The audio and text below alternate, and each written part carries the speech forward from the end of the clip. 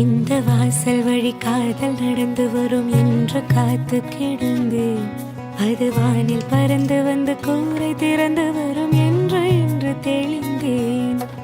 தாவி வந்து என்னை அணைத்த போது இந்த சல்லி வேர்கள் இருந்தேன். சாவி நிலை வரை சென்று மீண்டும் இன்று 2 ஜென்மம் அடைந்தேன். துடிக்கும் உதடு கொண்டு துடைத்திட வெட்கத்தை அணைப்பினாதிக்கத்தால் வெளியேற்று அச்சத்தை.